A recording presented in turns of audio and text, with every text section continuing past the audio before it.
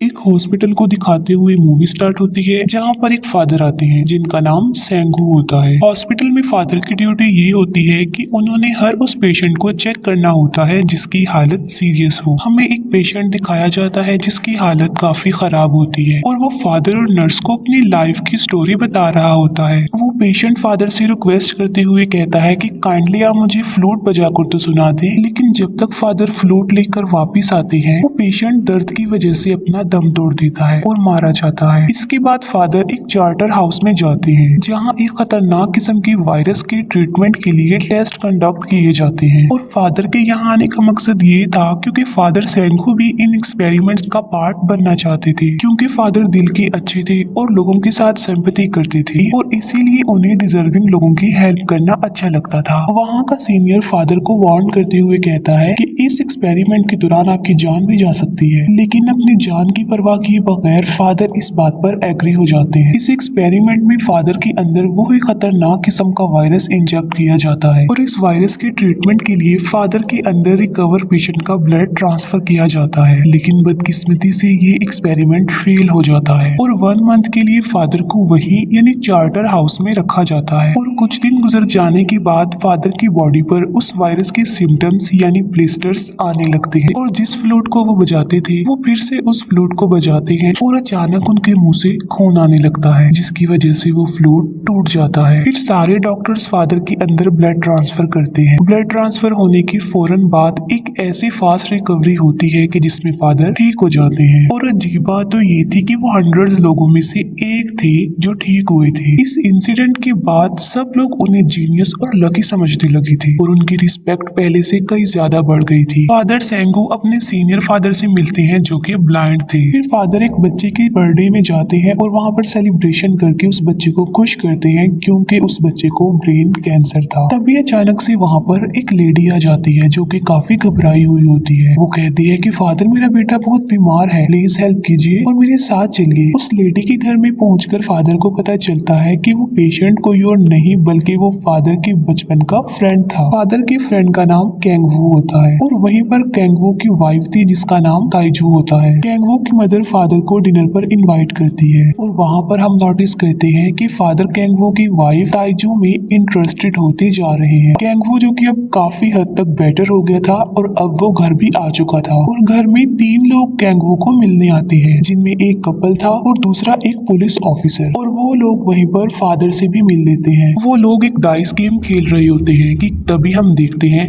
कि कैंगवू अपनी वाइफ ताइजू के साथ सबके सामने मिसबिहेव करता है, जिससे ताइजू काफी हर्ट होती है। फिर हम देखते हैं कि फादर घर पर आ गए हैं, लेकिन उन्हें अजीब सी फीलिंग्स आ रही थी और यहाँ पर हमें ये देखने को मिलता है कि फादर के ब्लड सेल्स कन्वर्ट हो रहे हैं। फादर बेहोश हो जाते हैं और अगली सुबह वो एक वेम्पायर बन के जागते हैं। अब यहाँ पर सवाल ये उठता है कि फादर वेम्पायर कैसे बन गए। असल में उस फेल एक्सपेरिमेंट ने फादर के ऊपर काफी बुरा असर डाला और वायरस की क्योर के लिए जो ब्लड फादर के अंदर ट्रांसफर किया गया था उसने फादर के ऊपर बहुत ही बुरा असर डाला और उसका बैड रिजल्ट ये निकला कि फादर वेम्पायर बन गए। फिर फादर एक पेशेंट को चेक करने जाते हैं और उस लड़की का बहता खून देखकर फादर के अंदर का वेम्पायर एक्टिव हो जाता है। पहले पहले तो वो खुद को कंट्रोल कर रहे थे, लेकिन बाद में वो खुद पर कंट्रोल नहीं पा रहे थे और अपनी नीड को पूरा करने के लिए वो काफी बेचैन हो गए थे। और यहाँ पर ये बात रिवील होती है कि उस वायरस के सिम्टम्स यानी वो ब्लिस्टर्स फादर के फेस पर से तभी जाएंगे जब वो खून पिएंगे, यानी अगर फादर को ब्लड ना मिला तो वो ब्लिस्टर्स फिर से आ जाएंगे। अब क्योंकि फादर वेम्पायर थे तो उनके पास अब पहले से कई ज्यादा पावर थी। वो बिल्डिंग से जंप भी कर लेते थे, लेकिन उन्हें फिर भी कुछ भी नहीं होता था। ताइजू को नींद में चलने की आदत होती है और वो चलते चलते उस स्ट्रीट में आ जाती है जहाँ पर फादर थे। फिर हम देखते हैं कि फादर अपने खून की प्यास बुझाने के लिए ब्लड को स्टोर करने लगते हैं ताकि उनके ऊपर मर्डर का इल्जाम ना आए। फादर कैंगवू के घर जाते हैं और वहाँ पर ताइजू और फादर को एक दूसरे से प्यार हो जाता है। ताइजू अपनी मदर इन लॉ से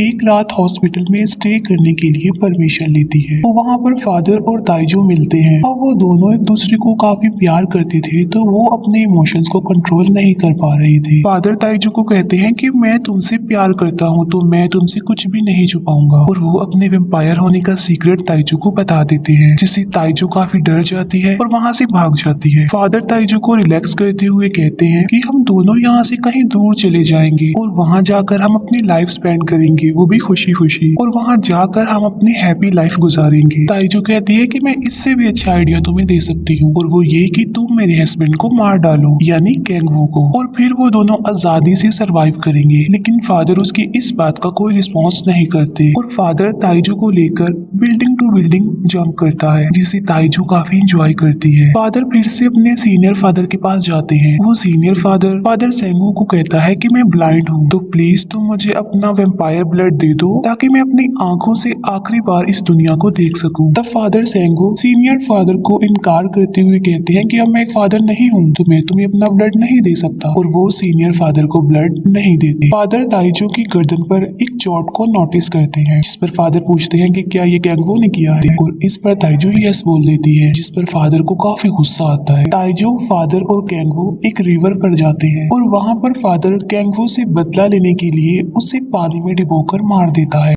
जिससे ताइजू इंजर्ड हो जाती है। फादर ताइजू को भी पानी में फेंक देता है और खुद वहाँ से भाग जाता है, और वो ऐसा इसलिए करता है ताकि पुलिस को ये लगे कि ये एक एक्सीडेंट है, ना कि एक मर्डर। फिर फादर सेंगू चार्टर हाउस आते हैं, और वहाँ पर फिर से उन्हें अपने सीनियर फादर मिलते हैं, और वहाँ पर सीनियर फादर फिर से फादर से रिक्वेस्ट करते हैं कि प्लीज तुम मुझे अपना वेम्पायर ब्लड दे दो ना, ताकि मैं भी इस दुनिया को देख लूं। तब फादर सेंगू सीनियर फादर को कहते हैं कि मैं आपको अपना वेम्पायर ब्लड तो दे देता हूँ, लेकिन उसके बदले में आपको मेरे लिए प्रे करनी होगी। और वो सीनियर फादर ऐसा ही करते हैं, और फादर सेंगू के लिए प्रे करते हैं। लेकिन तभी फादर सेंगू की बॉडी पर उस वायरस के सिम्टम्स यानी ब्लिस्टर्स आने लगते हैं, और उनका वेम्पायर फिर से जाग जाता है, और अपनी इस नीड को पूरी करने के लिए वो फादर को ही मार डालते हैं। कैंगवू की डेथ को लेकर पुलिस इन्वेस्टिगेशन चल रही होती है, और कैंगवू की मदर अपने बेटे के दुख में पैरालाइज्ड हो गई थी। कैंगवू की मदर का शक फादर पर ही था कि उसी ने ही उनके बेटे को मारा है। ताइजू और फादर साथ होते हैं, तब वहाँ पर कैंगवू की सॉल आकर उन्हें डराती है। शराब के नशे में ताइजू के मुंह से गलती से ये निकल जाता है कि आज तक उसके हस्बैंड यानी कैंगवू ने उस पर कभी भी हाथ नहीं उठाया, बल्कि उसने झूठ बोला था कि उसके हस्बैंड का सलूक उसके साथ अच्छा नहीं है। इस बात पर फादर को काफी दुख होता है, क्योंकि उन्होंने एक बेकसूर इंसान को मार डाला था, और इस वजह से फादर ताइजू पर गुस्सा करते हैं। ताइजू को काफी एम्बेरसमेंट होती है, और वो फादर को कहती है कि तुम मुझे मार डालो, और फादर ऐसा ही करते हैं। वो उसका गला घोटकर उसे जान से मार डालते हैं, और बाद में ताइजू की बॉडी से खून पीते हैं। फादर खुद को काफी अकेला महसूस कर रहे थे, और तब वो डिसाइड करते हैं कि वो ताइजू को भी एक वेम्पायर बना देंगे, और ये सोचकर वो ताइजू को अपना वेम्पायर ब्लड पिलाने लगते हैं। तब ताइजू अपनी आंखें खोलती है, और अब वो एक वेम्पायर होती है। कैंगवू की मदर सामने से ये सब कुछ देख रही होती है। ताइजू जो कि एक खतरनाक किस्म की वेम्पायर बनी थी, तो वो सबको मारने लगती है, और लोगों का खून पीकर वो काफी इंजॉय भी करती है। ये बात फादर को पसंद नहीं आती कि ताइजू सबको मार रही है, क्योंकि वो लोगों को तभी मारते थे